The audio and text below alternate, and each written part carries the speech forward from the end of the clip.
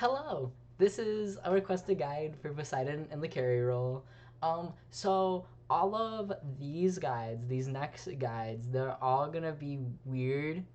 Like, not off meta, like you can do it, it's just weird, you know? And then next week, all the guides are gonna be completely batshit crazy, and it's essentially trolling, but it's a lot of fun, so this one is going to be for Poseidon in the carry role, right? So pretty much, although Mage's Blessing is here still, right? Instead of getting Lost Artifact, you're still going to want Tiny Trinket, right? You can go Doom Orb, but I feel like as a magical ADC, with when it comes to boxing, you're still going to want Lifesteal. Because typically normal hunters will get it no matter what. So it's just here for that. You can still go Doom Orb. I think Doom Orb is still really, really good on Poseidon. And then you have your healing and mana pots. So nothing else is different here. You could go Hunter's Blessing, but you're still a mage. Like, your whole kit is balanced and designed around being a mage, and the auto attacks are just something else on top of it. So it's really up to you with what you want to do. Shoes of Focus are here. You can go this, or you can go the Lifesteal Boots. It's up to you. And then Bancroft is here, so that way you finish that, and then you can really start boxing really well. Gem of Isolation is here because it procs on your 2. It also is just good normally on Poseidon. I'm sure I said that in the normal Poseidon video. Telkine's Ring is also here because Telkine's really allows mage ADCs that don't have really any magical damage scaling on their auto attacks to do more damage. Like, um, Chronos and Soul, right? Well, now Soul, because this is the day of the patch notes. Soul's getting buffed to where her now auto attacks at full heat give her more magical power, I believe, or scaling or something. Or maybe I got that messed up. Nonetheless, she now, or Telkine's Ring gives magical characters their auto attacks. The bonus damage now goes over the 20% scaling with it. So that's pretty much what Telkine's Ring is here for. Demonic Grip is here for, penetration. It's just a good item. Hasten Ring is also really good on Poseidon because once you get Gem of Isolation and Hasten Ring, you can just kind of like zoom around them, and they just kind of gotta accept their fate of never escaping from Poseidon's 2.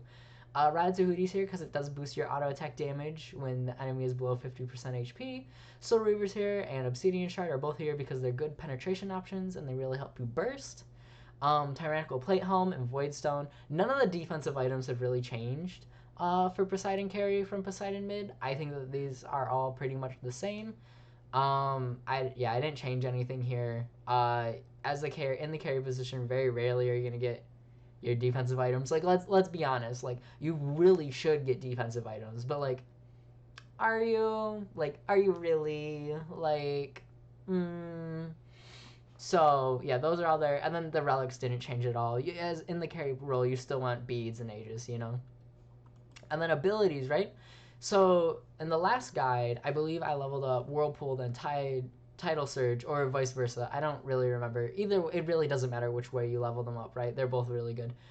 For this one, we're doing Whirlpool into Trident into Tidal Surge, right? So and then a point into the Kraken whenever you can, right? So the reason I'm doing a point into Trident is so that way you can box, right? Because you are the carry, right?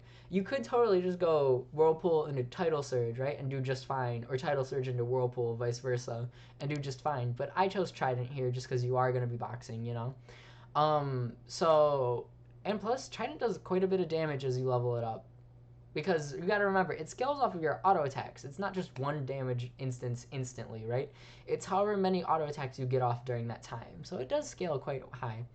Um, I I've I would explain all this, but I feel like I did explain it because I also did a Poseidon video like a week ago. So like you would level Trident so that way you can auto attack. I think that's pretty self-explanatory. You wouldn't level it up first because you still want that burst and that wave clear, right? That Tidal Surge does give you. I leveled up Whirlpool this time because I'm pretty sure last one I leveled up Tidal Surge. Both are good. Both are fine. It doesn't matter which one you level up, right? I'm trying to think if there is anything else. Really, you don't. If you're gonna So like as Poseidon, as a character, as weird as this is gonna sound, you really want to get in their face when you're boxing them. I know that sounds really weird for a mage, but being able to hit all three of your auto attacks, because you gotta remember, right? There's three auto attacks that come out when this buff is active, right?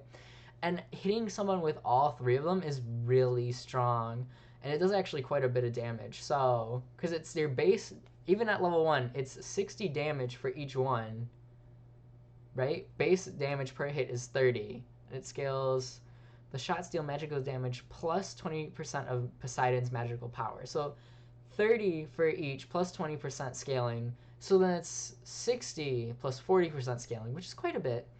And then your normal auto attack damage, which at max level should be 65, right? Just from existing. But then you're also going to factor in your magical damage, right? So it'll do quite a bit, right? Poseidon auto attack I think is actually pretty decent and people sleep on it, but whatever. If you have any questions or more requests for weird guides like this, please comment them below because I love doing troll shit like this. Even though it's not really that trolly, like you'll still do fine. Like Poseidon still 100 to zeros people with this build. Like he still is just crazy. Like he's just a good character.